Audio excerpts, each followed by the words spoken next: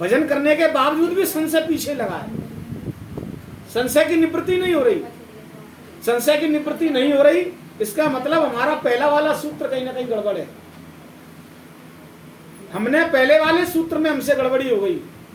पहला सूत्र था प्रथम भक्ति संतन कर संगा, इसका मतलब अभी हमारी संगत संत से नहीं हुई,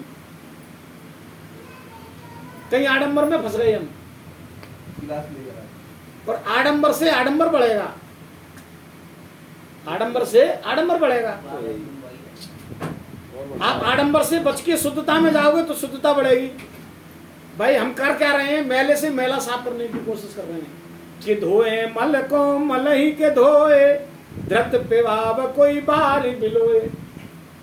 कोई कह लो हम तुम्हें घी पिलाते हैं और पानी में लगा के रही हो घी पिला दे, तो घी तो है नहीं, मल से मल कभी साफ होता नहीं है, ठीक है ना। तो इसके लिए क्या चाहिए, बिल्कुल प्योरिटी चाहिए।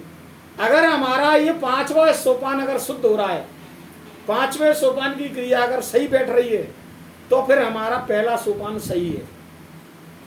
यानी हमारी जो संगत हमने करी है वो संगत हमारी बिल्कुल सही है।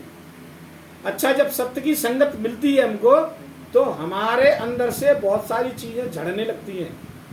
जैसे पतझड़ में पत्ते झड़ते हैं, ऐसे ही हमारे विकार सत्संग को पाके झड़ने लगते हैं अपने आप। संत जब आते हैं ना, तो पतझड़ का मौसम लेके आते हैं जीवन में। जिन पत्तों का कोई असर नहीं था आपके पास, लगे हैं बस यूं ही विकार पैदा कर रहे हैं, वो भगवान आते हैं जब संत, एक ऐसा पतझड़ लेके आते हैं ज्ञान का, सत्संग का, कि उस पतझड़ से आपके पुराने पत्ते नष्ट हो जाते हैं, नाम की वर्षा करते हैं, नए हरे पत्ते निकलते हैं। तो हरे राम राम राम हरे हरे, हरे कृष्ण कृष्ण कृष्ण हरे हरे। ये हरे राम के पत्ते निकलते हैं अंदर से। तो मंत्र जाप मम दृढ़ विश्वासा, पंचम भजन सुवेद प्रकाशा। वेदों में भी ये प्रकाशित हुआ है, मंत्र की महिमा है। मंत्र क्या, जो हमको संतों से प्राप्त हुआ, जैसा प्राप्त हुआ वैसा का वैसा ही हमने उसको पान कर लिया, कुछ मिलाया नहीं उसमें। जैसे दूध लाओ, जैसा भैंस वाला दूध देता है वैसा ही उसको बॉईल करके पी जाओ, तो पर्सनैलिटी कुछ अलग बताएगी। और घर लाके 1 लीटर में 1 लीटर पानी डाल दो तो पर्सनैलिटी कुछ अलग बताएगी। मिलावट नहीं, जो पाया जैसा पाया सीधा का सीधा उसको पान करो।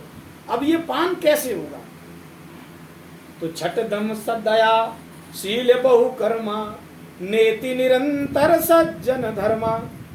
दया हो, शील हो, संयम हो, संतोष हो, ये आपके गुण हैं, ये दैवी गुण हैं। लेकिन आसुरी के कारण ये दैवी दब गए।